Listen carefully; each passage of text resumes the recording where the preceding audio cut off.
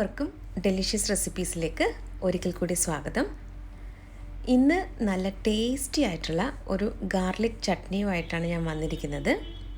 ഇത് ദോശയുടെ കൂടെയും ഇഡ്ഡലിയുടെ കൂടെയൊക്കെ കഴിക്കാൻ പറ്റിയ ഒരു അടിപൊളി ചട്നിയാണ്. അപ്പോൾ ഈ രീതിയിൽ നിങ്ങൾ തയ്യാറാക്കി നോക്കിയിട്ടില്ല എന്നുണ്ടെങ്കിൽ ഒരു പ്രാവശ്യമെങ്കിലും ഒന്ന് ട്രൈ ചെയ്ത് നോക്കണം. തീർച്ചയായും നിങ്ങൾക്കിത് ഇഷ്ടമാകും. അപ്പോൾ നമുക്ക് ഗാർലിക് ചട്നി എങ്ങനെയാണ് തയ്യാറാക്കുന്നതെന്ന് നോക്കിയാലോ. ഒരു പാനിലേക്ക് ഞാൻ കുറച്ച് എണ്ണ ഒഴിക്കുന്നുണ്ട്. ഇത് സാധാരണയായിട്ട് നല്ലെണ്ണയിലാണ് തയ്യാറാക്കുന്നത്. ഞാനിപ്പോൾ ഇവിടെ വെളിച്ചെണ്ണയാണ് എടുത്തത്.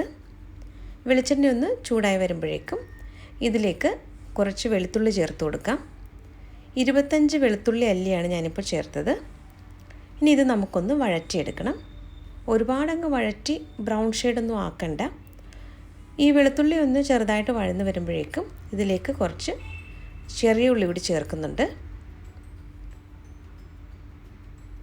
ഇനി ഇതിലേക്ക് നമുക്ക് ഒരു 10 ചെറിയ ഉള്ളി ചേർത്ത് കൊടുക്കാം. ഇനി ഇത് നല്ലതുപോലെ ഒന്ന് വഴറ്റിയെടുക്കാം. വളരെ പെട്ടെന്ന് തയ്യാറാക്കിയെടുക്കാൻ പറ്റുന്ന നല്ലൊരു ചട്നിയാണിത്. ചെറിയ ഉള്ളി ചെറുതായിട്ടൊന്ന് വഴന്ന് വരുമ്പോഴേക്കും ഇതിലേക്ക് നമുക്ക് ഉണക്കമുളക് ചേർത്ത് കൊടുക്കാം.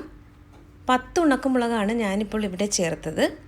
നിങ്ങളുടെ ഓരോരുത്തരുടെയും എരിവിനനുസരിച്ച് മുളകിൻ്റെ അളവിലൊക്കെ മാറ്റം വരുത്താം. ഈ മുളക് ചേർത്തിട്ട് നന്നായിട്ടൊന്ന് ഇളക്കി കൊടുക്കാം. ചെറിയ തീയിൽ വെച്ചിട്ടാണ് ഞാനിപ്പോൾ ഇതെല്ലാം ഒന്ന് വഴറ്റിയെടുക്കുന്നത്. ഇനി ഇതിലേക്ക് ഒരല്പം പുളി കൂടി ചേർക്കാനുണ്ട്. പുളി ചേർത്തിട്ട് 1 മിനിറ്റ് കൂടി നമ്മളിതൊന്ന് ഇളക്കി കൊടുക്കാം. അപ്പോൾ പുളി നല്ലതുപോലെ ഒന്ന് സോഫ്റ്റായിട്ട് വരും. അപ്പോൾ ഇവിടെ എല്ലാം പാകത്തിന് വഴറ്റിയെടുത്തിട്ടുണ്ട്. ഇനി നമുക്ക് ഫ്ലെയിം ഓഫ് ചെയ്തിട്ട് ഇതൊന്ന് ചൂടാറാനായിട്ട് ഒന്ന് മാറ്റി വയ്ക്കാം. നല്ലതുപോലെ ചൂടാറിയ ശേഷം നമുക്കിതൊന്ന് അരച്ചെടുക്കണം. ഇതിപ്പോൾ നന്നായിട്ട് ചൂടാറിയിട്ടുണ്ട്. അപ്പോൾ വഴറ്റി വെച്ചിരുന്ന ഈ മുളക് ചെറുതായിട്ടൊന്ന് കട്ട് ചെയ്തിട്ടാണ് ഈ മിക്സിയുടെ ചെറിയ ജാറിലേക്ക് ഞാൻ ഇട്ടിരിക്കുന്നത്. അതൊന്ന് അരച്ചെടുക്കാനുള്ള സൗകര്യത്തിന് വേണ്ടിയിട്ടാണ് അതൊന്ന് ചെറുതായിട്ടൊന്ന് കട്ട് ചെയ്തിട്ടത്. ബാക്കിയുള്ള എല്ലാ ചേരുവകളും കൂടി നമുക്ക് ഈ ജാറിലേക്ക് മാറ്റാം. ഇനി ഇതിലേക്ക് ഒട്ടും തന്നെ വെള്ളം ചേർക്കാതെ ഒന്ന് അരച്ചെടുത്തിട്ട് വരാം. ഇതിപ്പോൾ നന്നായിട്ടൊന്ന് അരച്ചെടുത്തിട്ടുണ്ട്. ഇനി ഇതിലേക്ക് നമുക്ക് ആവശ്യത്തിനുള്ള ഉപ്പും കുറച്ച് വെള്ളവും കൂടി ഒഴിച്ചിട്ട് നല്ലതുപോലെ ഒന്ന് അരച്ചെടുക്കാം. ഇപ്പോൾ ചട്നി ഇവിടെ റെഡി ആയിട്ടുണ്ട്. കിച്ചണിൽ ലൈറ്റ് ഇട്ടിരിക്കുന്നത് കാരണം ഇതിൻ്റെ ശരിക്കുള്ള കളറ് ക്യാമറയിൽ കിട്ടുന്നില്ല. അപ്പോൾ ഇനി ഇതിൻ്റെ ബാക്കി പ്രിപ്പറേഷൻ എങ്ങനെയാണെന്ന് ഞാൻ കാണിച്ചു തരാം. ഒരു പാനിലേക്ക് അല്പം വെളിച്ചെണ്ണ ഒഴിച്ചു കൊടുക്കാം. വെളിച്ചെണ്ണ നന്നായിട്ടൊന്ന് ചൂടായി വരുമ്പോഴേക്കും 1/2 ടീസ്പൂൺ കടുക് ചേർക്കാം. കടുക് ഇപ്പോൾ നന്നായിട്ടൊന്ന് പൊട്ടി വരുന്നുണ്ട്. ഇനി ഇതിലേക്ക് നമുക്ക് ഉഴുന്നുപരിപ്പാണ് ചേർക്കാനുള്ളത്. ഏകദേശം 1/4 ടീസ്പൂൺ ഉഴുന്നുപരിപ്പാണ് ഞാനിപ്പോൾ ചേർത്തത്. ഇത് നന്നായിട്ടൊന്ന് മൂപ്പിച്ചെടുക്കാം. ഒരു നുള്ള് കായപ്പൊടി കൂടി ചേർക്കുന്നുണ്ട്. നന്നായിട്ടൊന്ന് ഇളക്കി കൊടുക്കാം.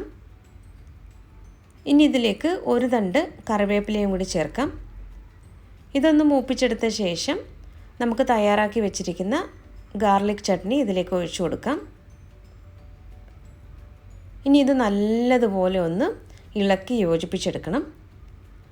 വളരെ പെട്ടെന്ന് തയ്യാറാക്കിയെടുക്കാൻ പറ്റുന്ന നല്ലൊരു ചട്നിയാണിത്. ഇത് കൂടുതൽ അളവിൽ വേണമെങ്കിലും തയ്യാറാക്കി ഫ്രിഡ്ജിൽ സൂക്ഷിക്കാവുന്നതാണ്. 1-2 ആഴ്ചത്തേക്ക് ആവശ്യത്തിനുള്ള ചട്നി ഇതുപോലെ തയ്യാറാക്കി വയ്ക്കാം. ഞാൻ നേരത്തെ പറഞ്ഞുവല്ലോ, അടുക്കളയിലെ ലൈറ്റ് ഇട്ടിരിക്കുന്നത് കാരണമാണ് ഇതിൻ്റെ കളറ് ശരിക്കും നിങ്ങൾക്ക് കാണാൻ പറ്റാത്തത്. ഇത് നല്ല ചുവപ്പ് കളറിലുള്ള ഒരു ചട്നിയാണ്. ഇപ്പോൾ ഇത് നന്നായിട്ട് മിക്സ് ചെയ്തെടുത്തിട്ടുണ്ട്. ഇനി നമുക്ക് ഫ്ലെയിം ഓഫ് ചെയ്യാം. ഞാനിതൊരു സെർവിങ് ബൗളിലേക്ക് മാറ്റിയിട്ടുണ്ട്. അങ്ങനെ നല്ല ടേസ്റ്റി ആയിട്ടുള്ള നമ്മുടെ ഗാർലിക് ചട്നി ഇവിടെ റെഡി ആയിട്ടുണ്ട്.